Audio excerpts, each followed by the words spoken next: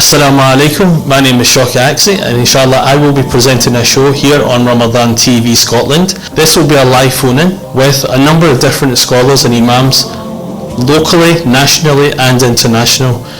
We will vary our topics, so inshallah, as we know, throughout the month of Ramadan, there will be topics on the fasting, on zakat, and a number of other topics such as prayer and sadaqah and various other things, inshallah. So hopefully you can join us, as I said.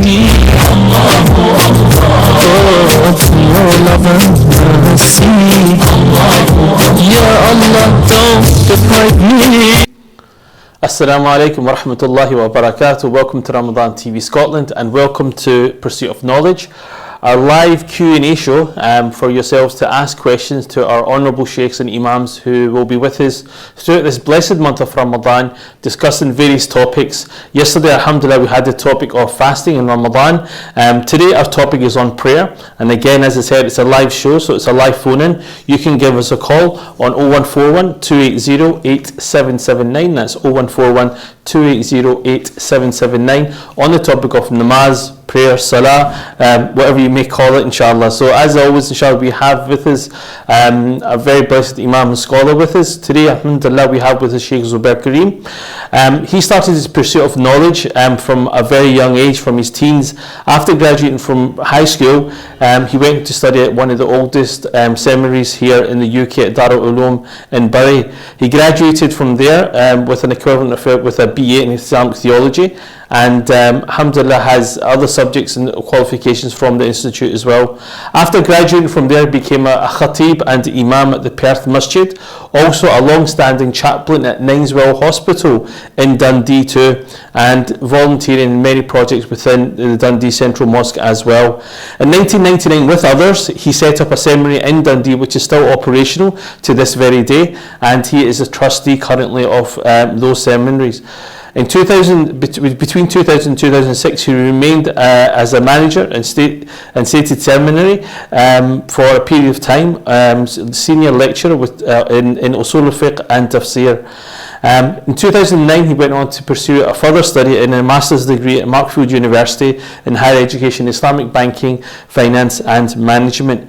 In 2013, he took a role as the imam in the Al Maktoum Masjid in Dundee, and he's as of present he is still there, alhamdulillah. And alhamdulillah, he also is currently a trustee and a member of the British Board of Scholars and Imams, and also a part-time businessman too. So I'd like to welcome Brother Zubair Kareem, as I said, all the way from Dundee. Assalamu alaikum, Sheikh Zubair. I hope you're well. Alhamdulillah, I'm fine, alhamdulillah. Good. As the format of the show, we tend to ask our imam or scholar to give us a brief reminder, a 5-10 minute reminder on the topic at hand. And as I said, today's topic is on prayer. So without further ado, I'd ask Sheikh Zubair just to give us an intro into this topic, and inshallah, hopefully we'll go into your questions thereon after. Jazakallah khair, Sheikh Zubair. Alhamdulillah, salah or prayers, it's very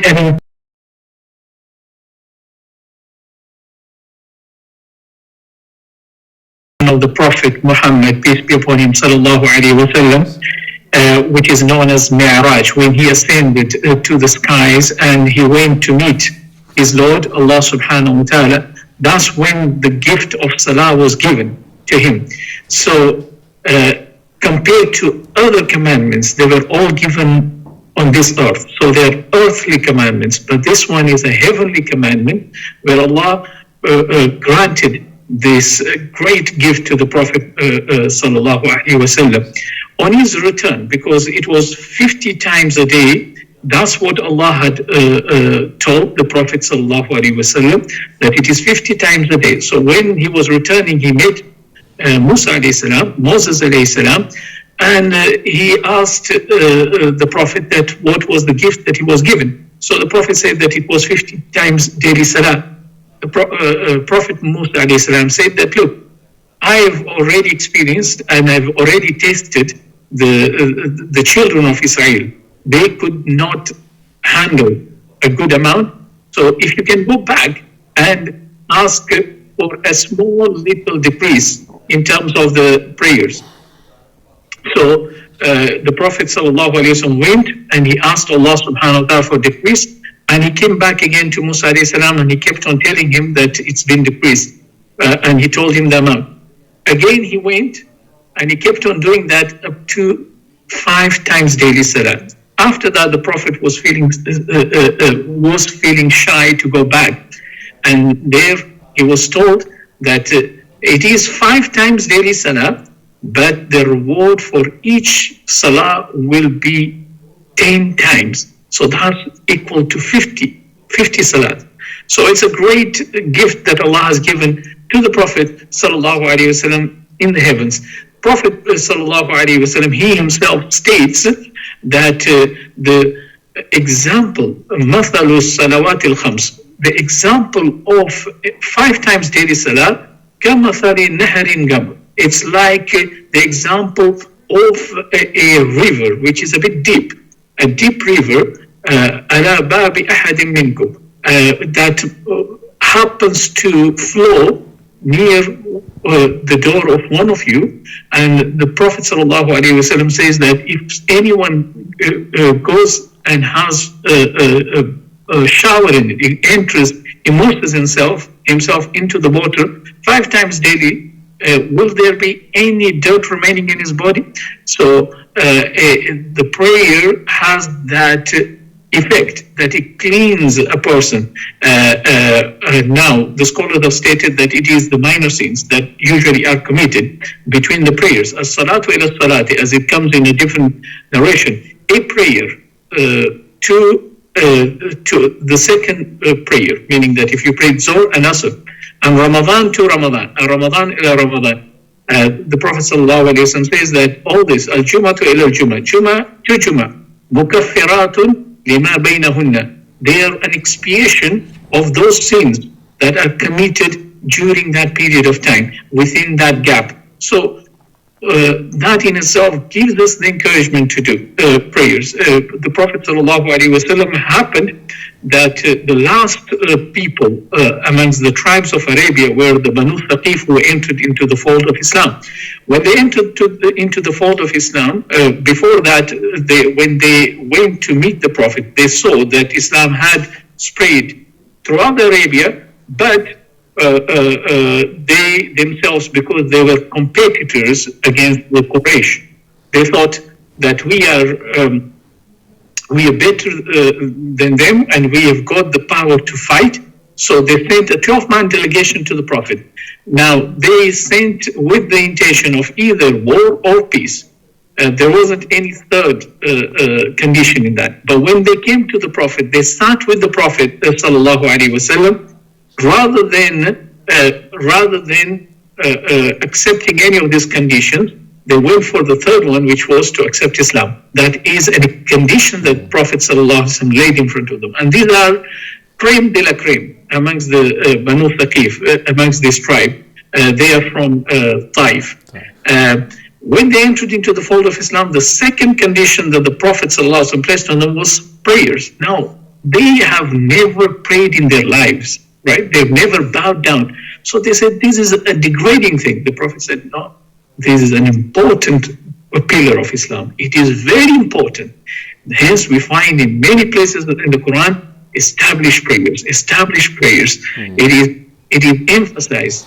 Prophet sallallahu alaihi wasallam, we find he is told that akimis salata li dhikri, establish prayers for my remembrance. Look at Jesus. He states about himself in his babyhood. He spoke, and what he said that wa'usani, meaning my Lord, he has commanded me. What is it commanded me? To do prayers. As-salat was zakatu ma dumta hayya, that I should fulfill the prayers as well as zakat as long as I'm alive. Again, regarding Ismail alayhi salam, Ismail alayhi salam, he is the grandfather of the Prophet sallallahu alayhi wasallam. Allah states about him, وَكَانَ يَأْمُرُ أَهْلَهُ بِالصَّلَاةِ وَالزَّكَاةِ. He used to command his family to establish prayers and to give zakat. وَكَانَ عِنْدَ رَبِّهِ مَرْضِيًّا, and he was beloved to Allah subhanahu wa ta'ala. So prayers is a very important part in our life.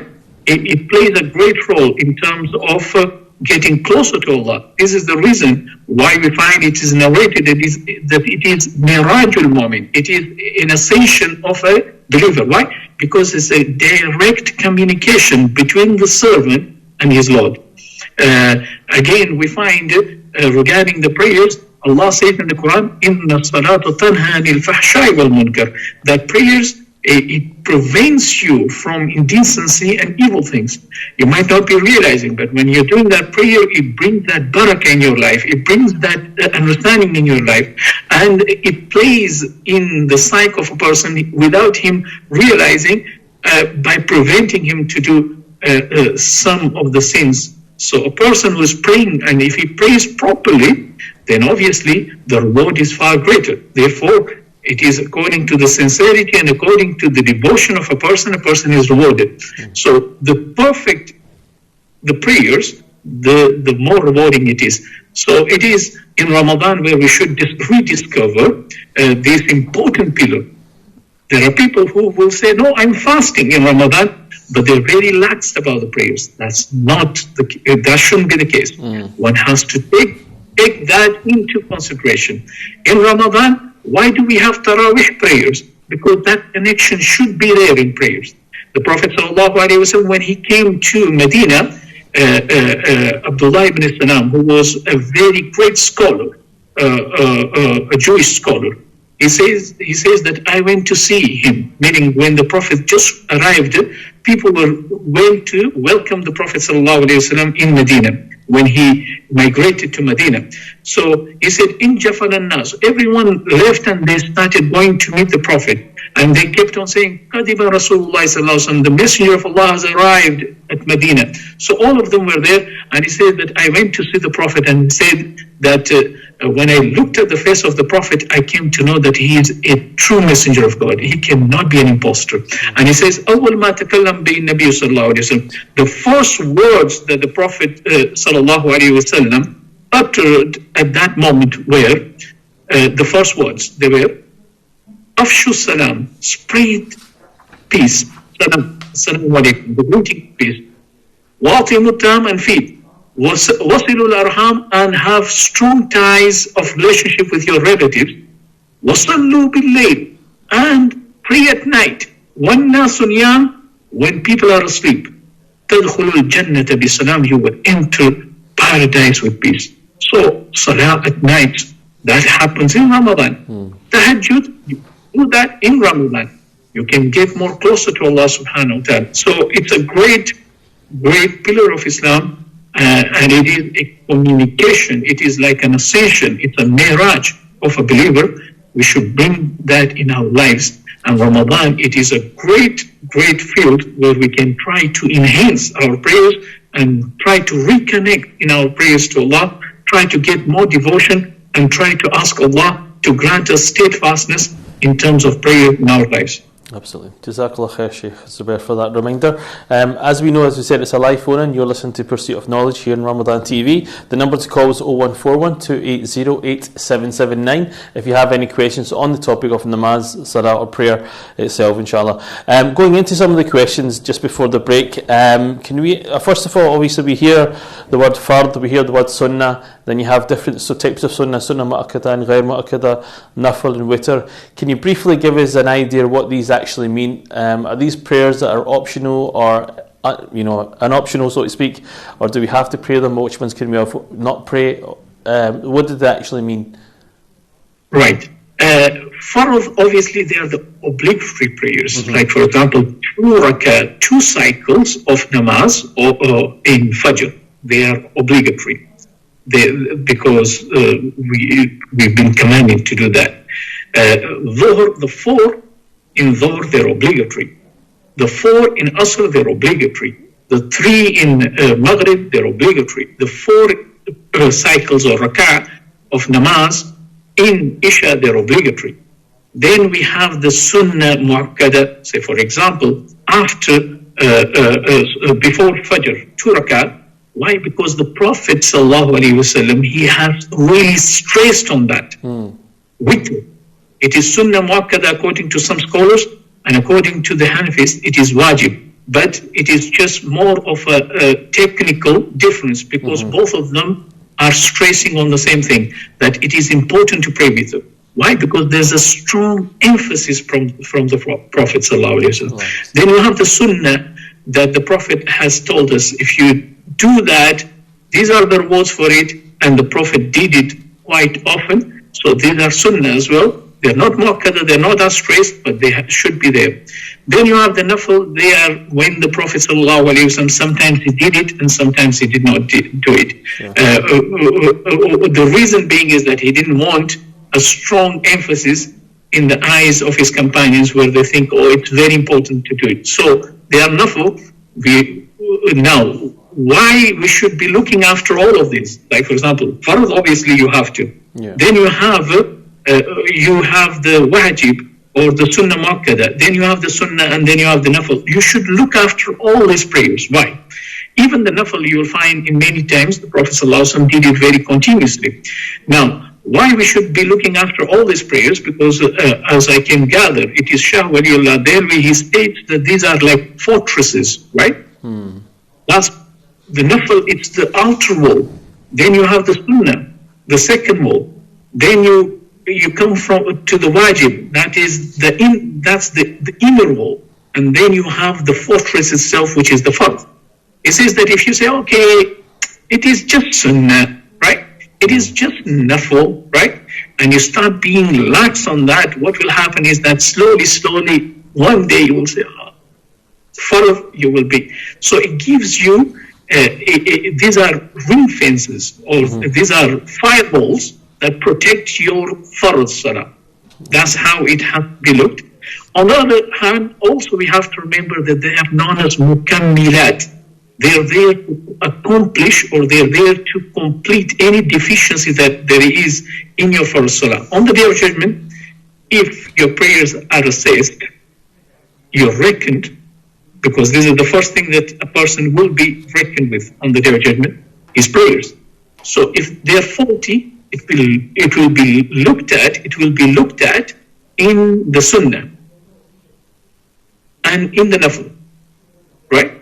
If it doesn't have any nafil, it doesn't have any sunnah, that would be a problem. Yeah. So it is important that we look after that. And Ramadan, it is there as a training ground. Why we do qiyam? Why do we do tarawih? Why do we do tahajjud? It is to try to, in fact, bring more life, bring more spirituality to our farz salah. Okay. And what would you say to people who say that I'm too busy to pray, or I'll pray when I go home, meaning they'll probably do some form of qaza prayer, so to speak, because, as I said, life is busy. It is busy for many people, I'm sure, but is that enough excuse to miss prayers and delay it, or to say, because obviously the prayers have to be done in the time, but to say, I can't do it in the time, but I can do it later, so I'll do it later? First and foremost, we all love our Messenger sallallahu alaihi wasallam. Undoubtedly. He was a great example and role model for us. Always he held tight to prayers, wherever he was, whether he was traveling, whether he was meeting with delegates from outside, whether he was in war, in peace, whether it was the state of fear, anything, he held very tight. In all circumstances, the prayers were very important. And when he left this world, he stressed on two important things. One of them, the prayers. And according to a narration, and those who are under those who are servants of people, to look after the servants. In a different narration about the women, to be very kind to women.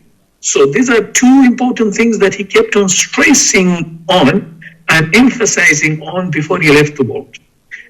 The companions, they learned from the Prophet ﷺ. It is very important.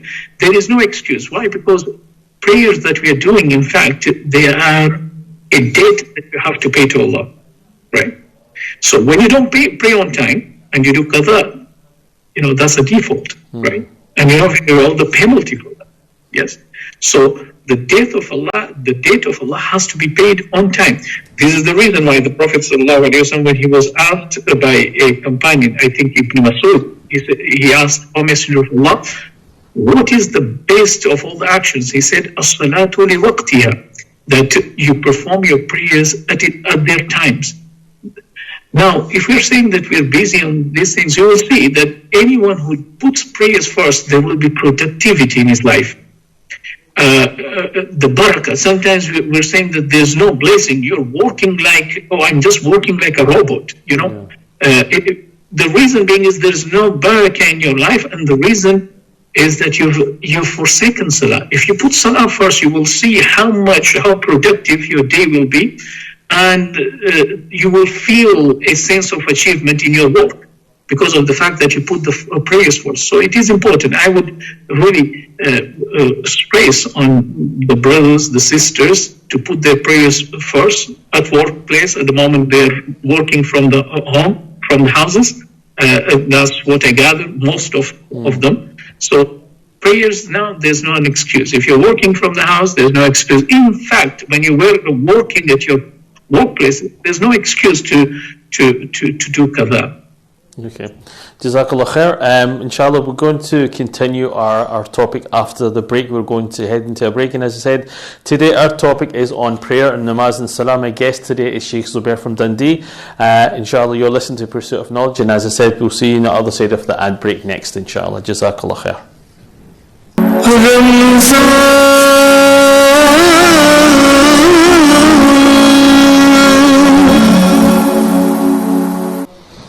Assalamu alaikum wa rahmatullahi wa barakatuh. Welcome back to Pursuit of Knowledge here on Ramadan TV Scotland.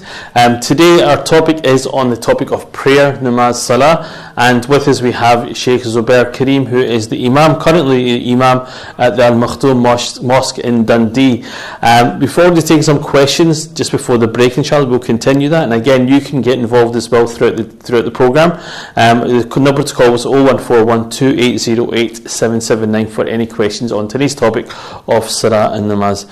Sheikh Zubair, assalamu alaikum and welcome back. Wa alaikum assalam wa rahmatullahi wa barakatuh. Continuing with the questions on the topic for today, with the current situation with the lockdown, people obviously, the mosques are closed, so attendance to the masjid is not possible for many of us. What advice would you give regards to praying at home? And right now, as we touched on briefly as well, we're in Ramadan, we've got the Tarawih prayers in the evening as well. And as a family, how should we pray that? And also, another question to add on to that as well for many is in regards to, some people ask about, they don't know much Quran and they're a bit concerned about leading the prayers because they feel a bit, usually when they go to the masjid, the Imam, mashallah, reads the entire Quran throughout the blessed month, but at home they can only read those little small surahs, from Juz Amma and things like this. So what advice would you give overall regards to praying at home in this present situation? For example, tashahhud, they're doing certain movements with the fingers, and there's various ways that people seem to be praying their namaz. It doesn't seem to be one way that we can see that this is the way to pray namaz, but there seems to be different ways that we see. Why is that? Why is it we see people praying in different ways? The reason behind is that the Prophet ﷺ, when he did the prayers, sometimes he lifted his hands up, and other times he did not, right? With the fingers, like for example, when you're in tashahhud, sometimes he kept his finger straight and upright, and sometimes he moved his fingers, right? So always they come from the sunnah of the Prophet ﷺ. Now the imams like Imam Abu Hanifa and Imam Malik and all of these imams, they have taken from the Prophet ﷺ. Like for example, you take Imam Malik, sometimes you will find that there's a narration regarding keeping your hands released, sadr, yes? Sometimes it's to put your hands there. So it is all from the Prophet ﷺ. And these differences, they are differences of priority. They're not the differences of permissibility, right? If somebody is doing differently, is not doing in an act that is not permissible. It's an act that is permissible, but the differences amongst the madhabs or schools of law, Islamic law, these differences come in on the basis of priorities. What is a priority? What is a preference in this matter? So it's more to do with preferences. So if somebody is doing raful yadain, that is, he's lifting his hands up and changing when he changes positions, and someone who's not doing it, they're all following a very strong basis in their madhab that are backed by the sunnah, right? Well, one should not be criticizing his brother for what he's doing, right? This is a very important thing. Unity is very important. They're not doing anything which is unfamiliar from the madhab. If somebody is doing something which is not in their madhab, and they fabricated it, obviously, then you can criticize. But if they're following the madhab, they're not lifting their hands up like those who follow the Hanafi madhab, we shouldn't be there criticizing them. We should be standing together. Why? Because we are fulfilling, together we're fulfilling an important act of worship, number one. Number two, all those things which are pillars of the prayers, everyone is fulfilling and everyone agrees on them, right? Yeah. All those things which are fard inside Salah, everyone agrees, right? But when it comes to these little things, people sometimes, they've got the habit to make a big issue out of it, and they create a problem for themselves and for others. This is not allowed in Islam. We should avoid that.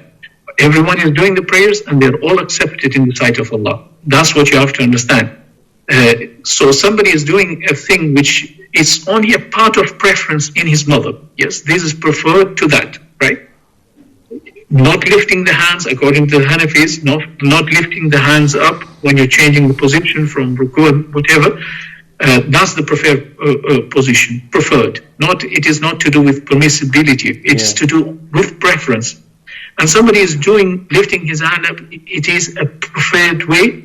So due to these preferences, we shouldn't be fighting. You're causing more of a sin in creating that disunity on these little things. So it is sometimes due to a level of ignorance that people sometimes make an issue out of it. It is not a problem. We are all Muslims standing in front of Allah, doing our prayers, and it's that beauty that unites us, and that's what the Jama'ah is all about, to unite our hearts, not to try to pick on little things and make an issue out of it. Absolutely. Can a question related to something earlier about concentration in prayer? This question is more about where should one gaze go, or where should one look when they're praying? Obviously when standing, and then when they go into ruku, where should they look at that point? Yes, in terms of where you put, when you're standing, the scholars, they say that the best place where your eyes should be looking at is the place where you will be doing sajda, sujood. That is the most standard place where you should be looking. That's the place where you're doing sajda. Some people, they've got the habit to close their eyes. You shouldn't be doing that. Not praying with your eyes closed. Why? It gives me concentration. Okay. That's against the sunnah. So where you should be looking, it is preferred, mustahab, to look at the place where you will be doing sajda when you're standing up. When you're going to the ruku position, in that ruku position, you look between your feet. Okay. Again, when you stand up, you look where you will be doing sajda. And when you're in sajda, some people, they've got the habit to close their eyes. You shouldn't. Your eyes should be open. You should be looking down on the floor. Now, when you come to when you sit down for tashahhud, when you sit down to do the tashahhud, in that sitting position, you look at your hands, where your hands are. That's the place where you should be looking when you're doing that. Yes. So these are the places, and that gives you more of a concentration if you're doing your prayer like that. Looking here and there, obviously, it removes the concentration. Yeah, true. Because some people talk about looking up to the sky, if that's allowed, or if you're in the Haram in Mecca, for example, looking at the Kaaba during prayer time or anything like that, if these are permissible at all? Right. When you're in front of the Kaaba and if you're looking at the Kaaba, obviously that's not a problem. Okay. These are just preferred places to look. Okay. Yes, but looking at the sky, obviously, scholars have said that you shouldn't do that when you're doing your prayers. But some of them, they allow it when you're doing dua, like, for example, when you're making dua to look up. Yeah.